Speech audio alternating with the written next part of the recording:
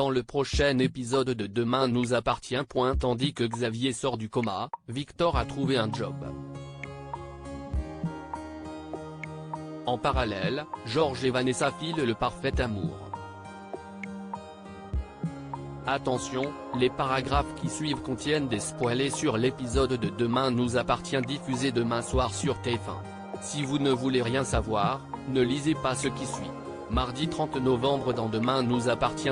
Xavier sort des comme en proie à une nouvelle absence, Raphaël tente d'étouffer Xavier. Heureusement, Anna débarque juste à temps pour l'empêcher de le tuer. Sans attendre, la psychologue fait sortir Raphaël de la chambre avant que les infirmiers n'arrivent. Pendant ce temps, Rebecca, qui est sortie de prison, retourne chez sa fille où ses petites filles lui réservent un accueil glacial.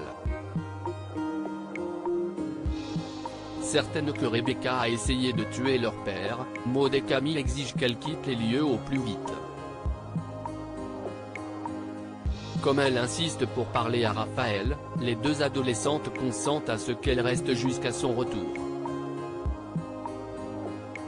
Plus tard, Rebecca est endormie sur le canapé lorsque Raphaël arrive. En remarquant le drôle regard de sa fille, le même que le jour où elle a voulu se jeter du balcon, Rebecca lui promet que tout ira bien. Les larmes aux yeux, l'avocate raconte alors que sa psychologue l'a empêché de tuer Xavier. Le lendemain matin, Chloé est au chevet de Xavier quand il se réveille.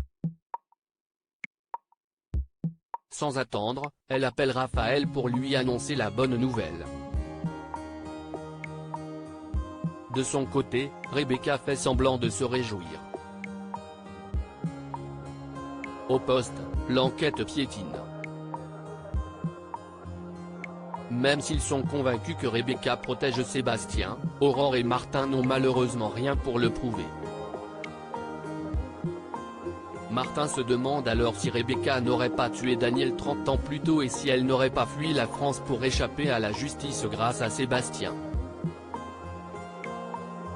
Selon lui, cela expliquerait pourquoi elle tente de couvrir son ex-mari aujourd'hui en s'accusant de la tentative de meurtre de Xavier. Martin espère donc que le procureur finira par retrouver toutes ses facultés afin d'éclaircir cette histoire.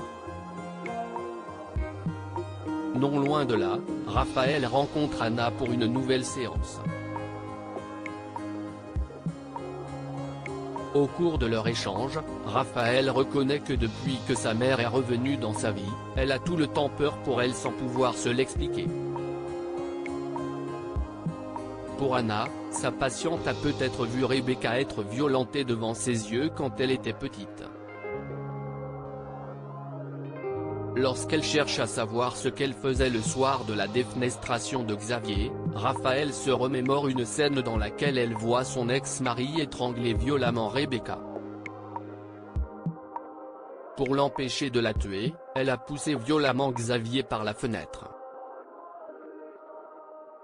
Ne parvenant pas à déterminer si tout ceci s'est réellement produit ou si c'est un mélange de souvenirs, Raphaël raconte tout à sa mère qui certifie que Xavier n'a jamais essayé de l'étrangler.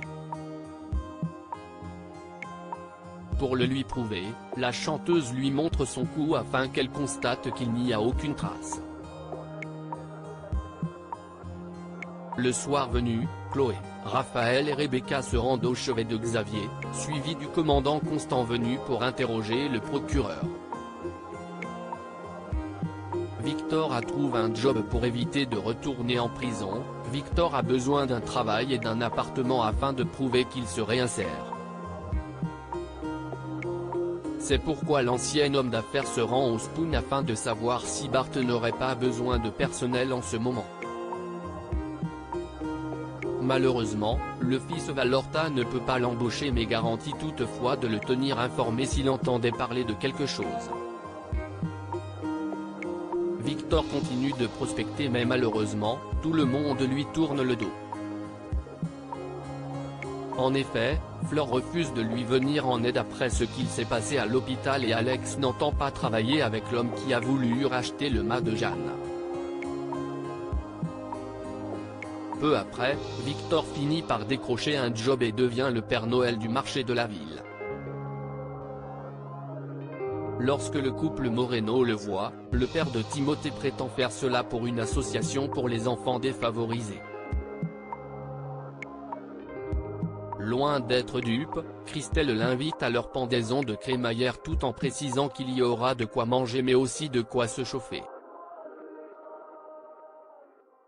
En parallèle, Timothée prépare le dîner pour ses nouveaux colocs.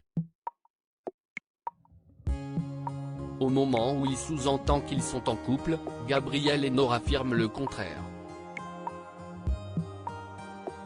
Malgré tout, le fils Brunet n'y croit pas et ce d'autant plus qu'il connaît très bien la jeune femme. Nora finit donc par reconnaître qu'ils couchent ensemble mais jure cependant qu'il n'y a rien de plus.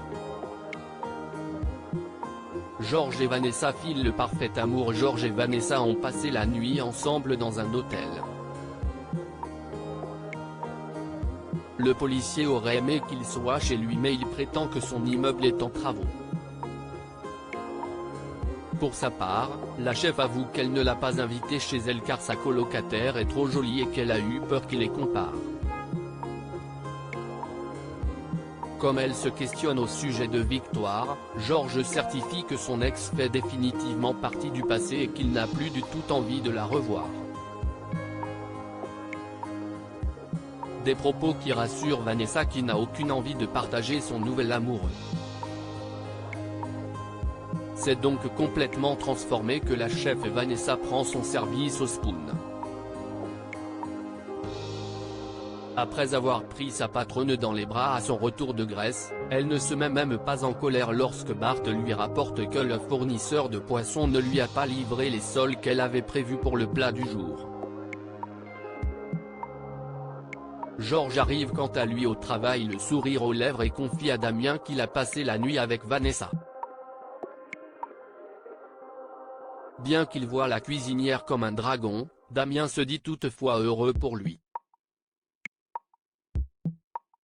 Le soir venu, Vanessa débarque par surprise chez Georges pour lui préparer un dîner romantique et fait la connaissance de Mona.